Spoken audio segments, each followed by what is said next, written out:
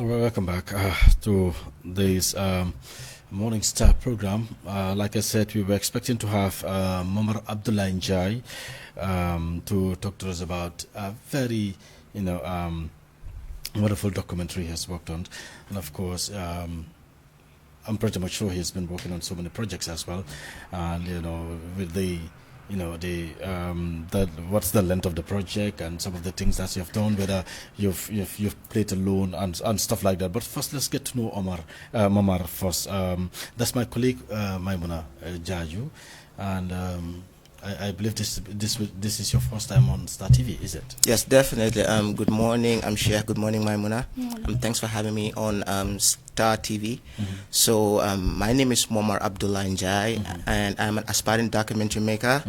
I'm an entrepreneur and also a musician. Yeah. So what I was doing is I was filming a documentary about the Gambia entitled "Word on the Streets: Mcadi Presents the Gambia," in which I traveled from Khartoum to Koina, showing the cultures, the traditions, the lifestyle, the challenges, in which we plan to take it onto different film festivals internationally to show the Gambia to the world. Oh, yes. Oh, that's amazing. That's amazing.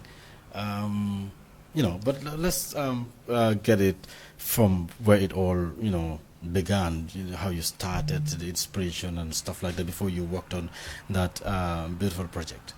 Okay, so the idea came a while ago. It all started when I was in the college in the United Kingdom. So I went to school with a lot of people from Zambia. So people mistaking Zambia for Gambia because the names are so, it sounds so similar. Yeah, so that's how it started off. And then it was when I was working in a hotel here in the Gambia, as I work as a front office assistant manager, there I had tourists that used to always come and ask me, what could we do when we're in Gambia? So that's why I kind of had the idea that, okay, at some point, I need to film this documentary. So I made it my obligation to film this documentary, showing them all of these questions they ask, to have it right in front of their eyes when they get to the Gambia.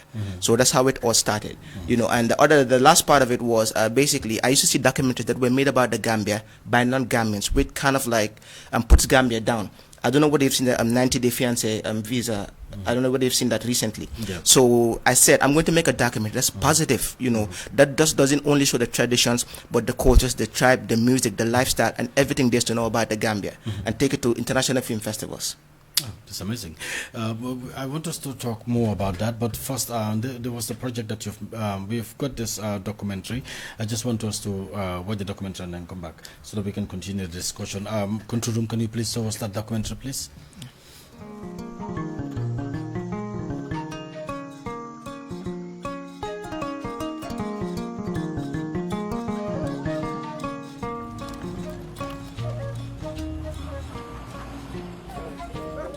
Journey with me on this documentary, exploring the smiling coast of Africa.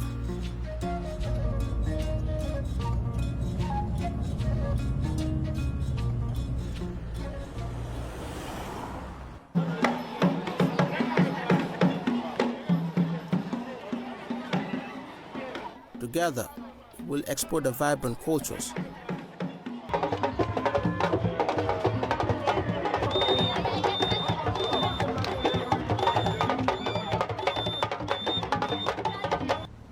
and sail through the banks of the majestic river Gambia. A haven for bird watchers, the birthplace of the renowned Kunta Kinte.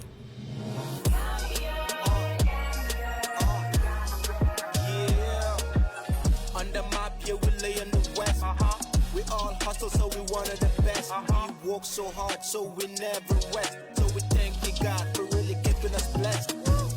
Discover a nation steeped in history, and the smallest country on mainland Africa.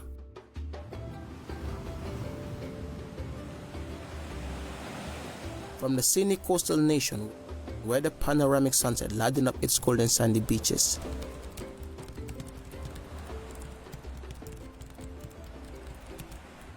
Hi, my name is Momar Abdullah Njai, alias Mcadi, and this is my story.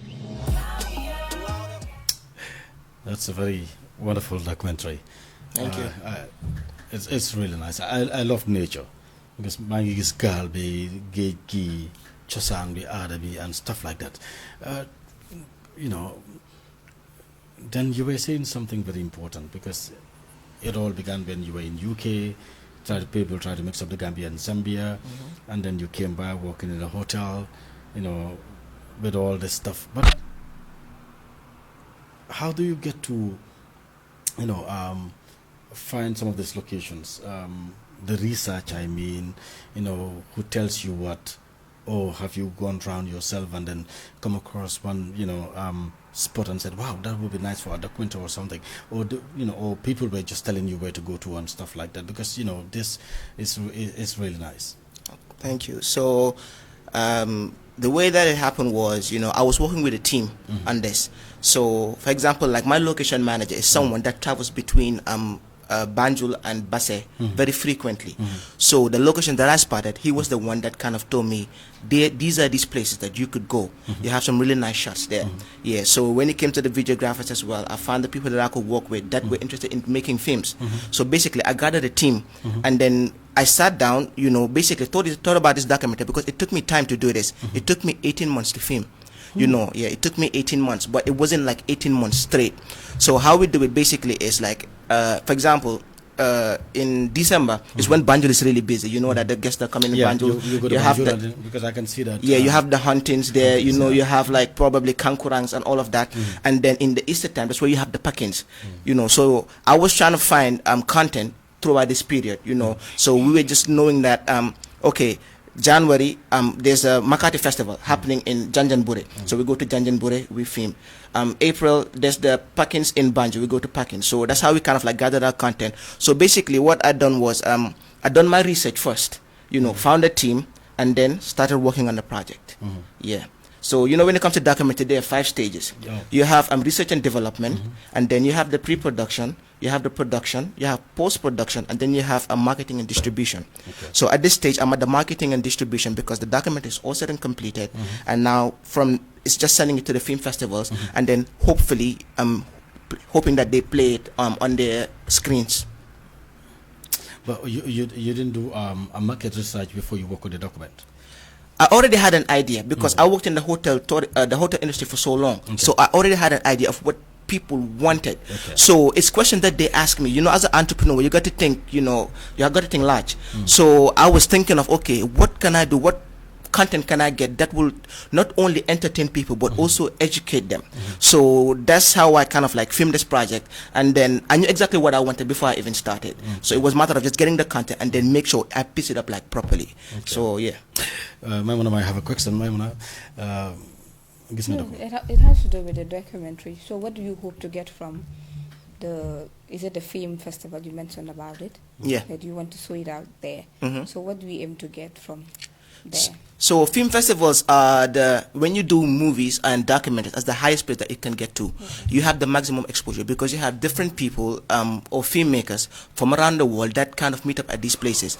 So when your documentary gets to the film festival and it's screened, what happens is basically people can watch it and then probably start even coming to Gambia, because there's so much to Gambia than the sandy beaches. Because tourism, okay, people believe that Gambia is all about the beaches, but there's so much more to Gambia than the sandy beaches. I believe Gambia has traditions, it has cultures, so we want to decentralize everything. So when tourists come, they just don't stay in these Komba areas. They also travel to Mcadi, travel to Basse, because there's so much to see. I mean, for example, Bansang got one of the most beautiful landscapes you could find. When you go to Mcadi, it's an island, they have fresh water, and you got the wash with the stone circles. But when it came to the documentary, it's about, when it comes to documentary, they are narratives, or the observational documentaries. So this one is a narrative that tells a story, so it's my story in which I'm presenting the Gambia to the world, so that you would know everything there's to know about Gambia. So by the time you watch it, you know what the tribes are, you see some of the different cultures, the tradition, and how we live.